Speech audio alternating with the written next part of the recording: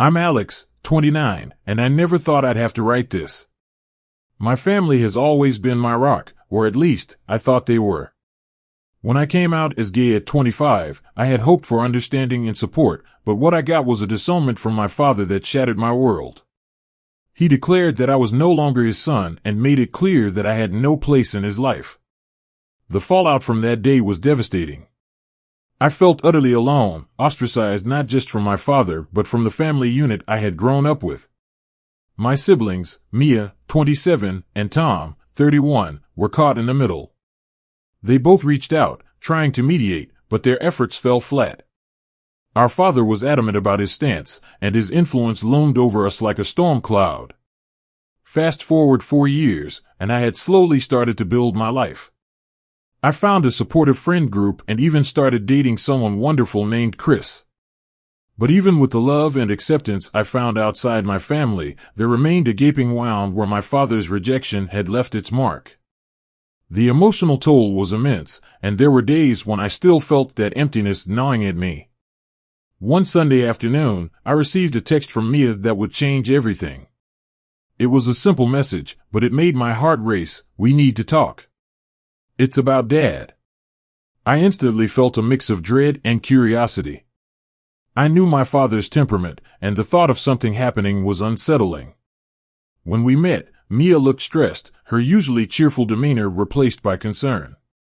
She dropped the bombshell, "Dad is hiding something huge. I've been investigating, and I found some things that you need to know." My heart raced. I had been hoping for news of a reconciliation, but this felt ominous. Mia explained that she had overheard a conversation between our parents where our father had mentioned financial discrepancies and secret meetings. He had been acting strangely, avoiding questions, and had even started to withdraw from family gatherings. Tom joined us for dinner, and as we shared the details, we became increasingly alarmed. The more we discussed it, the more we realized we couldn't just sit idly by.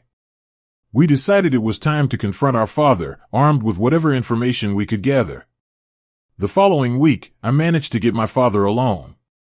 We met at a coffee shop, and I felt the tension crackle in the air.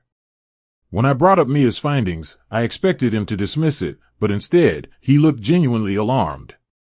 He stammered, claiming that it was just business stuff, nothing to worry about. But I couldn't shake the feeling that something was deeply wrong. As he tried to change the subject, I pushed harder, revealing that I had been feeling excluded from the family and how hurtful it was. His response was defensive, as if my feelings were an attack. It quickly turned into a shouting match, and I left feeling more lost than ever. After that encounter, things escalated. Mia and Tom were determined to get to the bottom of our father's secret life. They spent days piecing together what they could, and it turned out to be more than we ever anticipated.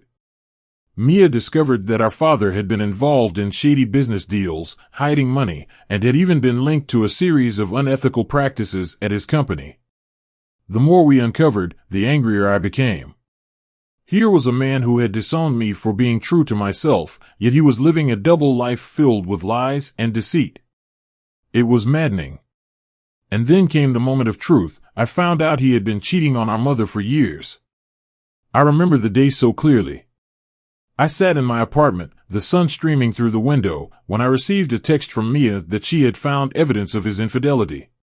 Photos, messages, everything. My heart raced. The man who had shamed me had built his life on betrayal. That evening, we decided to confront our parents together, armed with our discoveries. It was a difficult decision, knowing how volatile our father could be, but we felt that this was necessary. We couldn't allow him to continue manipulating everyone around him. When we all gathered at our parents' house, the tension was palpable. The moment we sat down, I felt like we were sitting on a powder keg. Mia began outlining everything we had uncovered. Our father's face shifted from confusion to anger, and it didn't take long for him to erupt. "How dare you?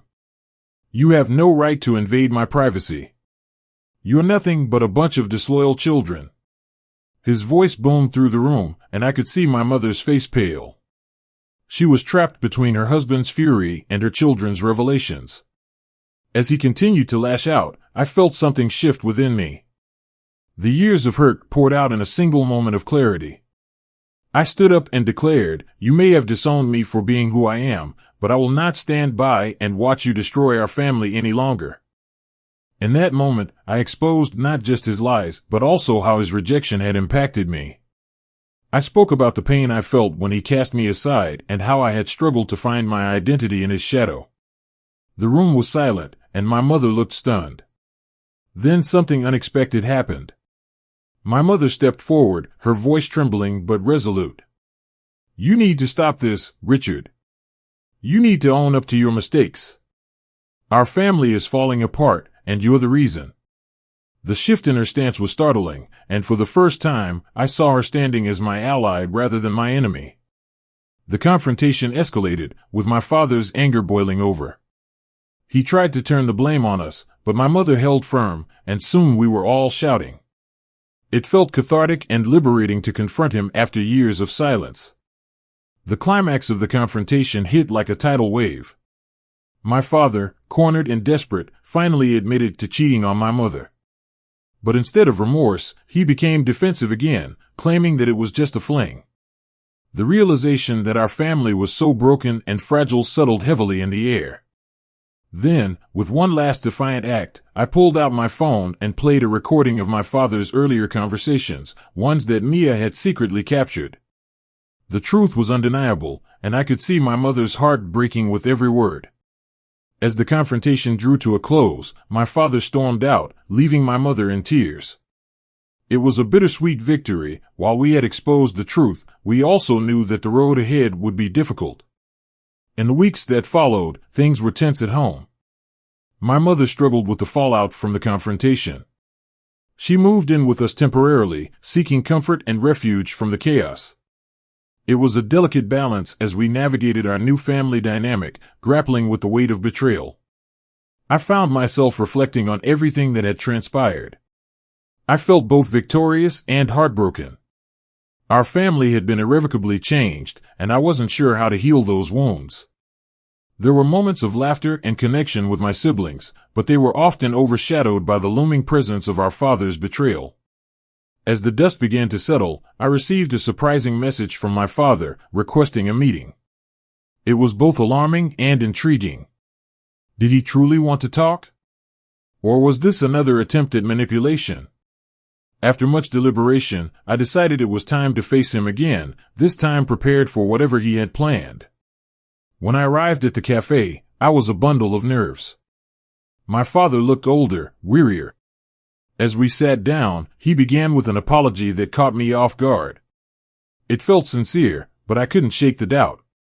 He explained that the pressure of our confrontation had forced him to confront his demons, and he admitted that he needed help. My father's vulnerability was unsettling. Was this genuine remorse, or was he simply trying to regain control?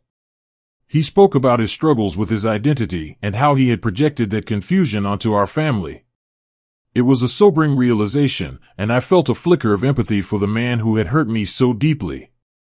In that moment, I had a choice. I could either open my heart to forgiveness or continue to build walls around it. I chose to listen.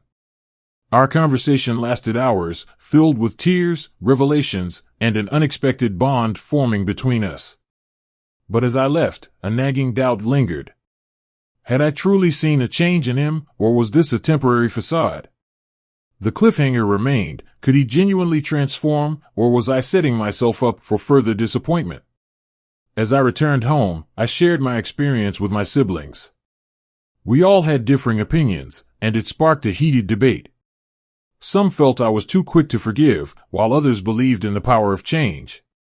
Time passed, and my father began attending therapy sessions. He reached out regularly, striving to rebuild his relationship with us. It was a slow process, and I remained cautious. Each step forward felt like a dance on a tightrope. Meanwhile, my mother continued to find her strength, learning to advocate for herself. She attended support groups and began to reconnect with old friends. It was inspiring to watch her reclaim her life, and I couldn't help but feel proud of her resilience. Eventually, my father's attempts to reconnect bore fruit. He apologized to my mother, acknowledging his infidelity and the pain it caused. while their marriage wouldn't go back to what it was. There was a newfound respect between them. The healing process was not without its struggles. My father slipped up at times, and I found myself grappling with whether to forgive or draw the line.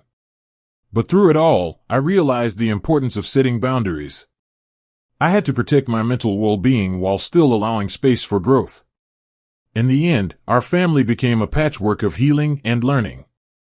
We weren't perfect, but we were willing to fight for each other. I learned that love is messy and complicated, but it can also be beautiful and transformative. As for my father, he's still on his journey, and I'm proud of the progress he's made. It took time, and we still have our challenges, but we've come a long way from where we started. The cliffhanger of uncertainty remains, but I've learned to embrace the ambiguity of family life. Through the pain, we forged a deeper bond and emerged stronger. Life will always throw curveballs, but we're ready to face them together, one step at a time.